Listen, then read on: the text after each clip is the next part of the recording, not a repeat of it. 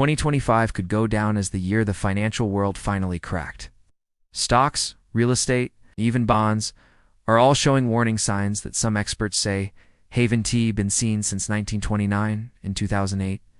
The warnings are loud, the math is clear, and yet most people are still ignoring the danger.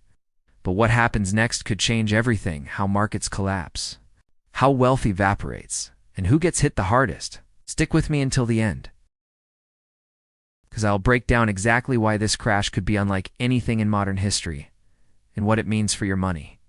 Make sure you hit subscribe so you don't miss any of the key details that could save you.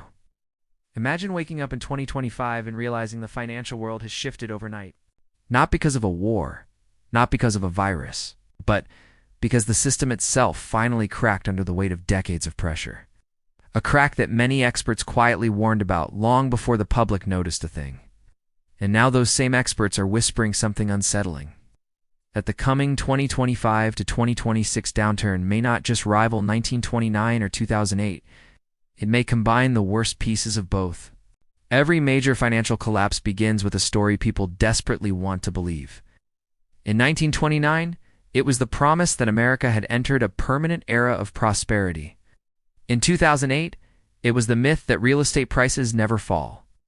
In 2025, the story fueling the boom is the belief that tech will grow forever, AI will save everything, and the government will always step in to catch us. But beneath that optimism, the foundation has been cracking for years. The stock market is soaring, but almost no one looks closely enough to see how dangerously top-heavy it has become. Nearly a third of the entire market as value now sits on the shoulders of just 7 companies. Investors no longer buy stocks, they buy options contracts that behave like lottery tickets. The speculation is so wild that the levels of margin debt look disturbingly similar to the levels right before the 1929 crash. You can almost feel the imbalance. It's like a skyscraper built on a foundation of toothpicks. Real estate, meanwhile, has quietly become the most overvalued in modern history. Residential prices sit 50% above their long-term trend, something even 2006 never reached. But the real danger isn't residential, it's commercial. Office towers across major cities sit half-empty, their owners unable to refinance loans taken out when interest rates were at record lows. Those loans are coming due in 2025 and 2026, and the new rates are double or triple what the owners can afford. This is the same slow warmth that boiled the frog in 2008, except this time, the pot contains the entire commercial real estate sector, not just subprime mortgages. But the piece almost no one is prepared for is the bond market. For decades, U.S. government bonds were considered the safest asset on earth, the seatbelt of the financial system. When stocks fell, bonds rose. When chaos hit, bonds protected investors. But for the first time in history, that protection is failing. The United States is carrying over $37 trillion in debt, with interest payments larger than the entire defense budget. It's a level of strain the country has never faced, and unlike 2008, Washington can't simply borrow unlimited amounts to save the system. Investors aren't willing to absorb infinite debt without demanding higher interest rates. Higher rates make the crisis worse. This is the first time America has approached a potential crash with its safety mechanism already broken. The warning signs are piling up. The yield curve, which has predicted every recession for 70 years, inverted deeply in 2022 and only recently flipped back. Historically, that means the recession hits within 3 to 12 months. We're inside that zone right now.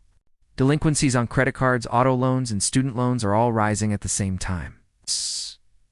Corporate debt, taken out when rates were near zero, is resetting at levels many companies can't withstand. Regional banks, which barely survived 2023, are still sitting on billions in unrealized losses from low-yield bonds purchased before the rate hikes. And quietly, behind the scenes, the smartest money in the world has begun to move. CEOs are selling their own stock at levels not seen since 2000. Hedge fund managers are raising cash. And Warren Buffett is sitting on the largest cash pile in Berkshire Hathaway's history. In financial history, insiders always move first. The public always moves last. And the public always pays the price. If the crash unfolds, it won't start with fireworks. It'll begin with something small, an earnings report that misses expectations. A regional bank that quietly disappears over a weekend, a sudden drop in one of the market's superstar tech companies. Then the dominoes accelerate. Stocks fall fast, not slowly. Margin calls trigger forced selling. Funds dump their positions to meet collateral requirements. Retail investors panic. Algorithms amplify the downward spiral. The first drop is sharp, 20% or more in days or weeks. Then fear spreads into the credit system. Banks grow cautious. Companies can't refinance debt. Layoffs follow. Spending contracts, housing, which always lags the broader economy, begins to crack. Prices fall. Listings rise. And suddenly the one market Americans thought would protect them becomes another source of instability. And the Federal Reserve, the institution that normally saves the system, may find itself paralyzed. If it cuts rates too fast, inflation returns. If it holds rates too high, the recession deepens. If it tries to do too much of both, it risks losing credibility entirely. Meanwhile, the government faces an even worse dilemma: how to stimulate the economy when it's already drowning in debt. For the first time in U.S. history, neither of the two engines that normally prevent economic collapse, the central bank and the federal government, have the tools they had in 2008 or 2020. The parachutes have holes, the airbags are deflated, the fire extinguisher is empty, and that's why some experts fear the next crash could rival 1929 and 2008. Not because the system is weak, but because it has been stretched further than ever before. The Great Depression had a stock bubble. The Great Recession had a housing bubble. But 2025 to 2026 faces both of those bubbles simultaneously, plus a bond bubble, a corporate debt bubble, a commercial real estate bubble, and a consumer debt bubble, all inflating at the same time, all creaking under the same pressure, all vulnerable to the same spark. What makes this moment so dangerous isn't just one bubble. It's the possibility that all of them could burst together, forming a chain reaction unlike anything in modern economic history. And the people who study these cycles, who read the data the way meteorologists read storm patterns, know that rare events don't announce themselves politely.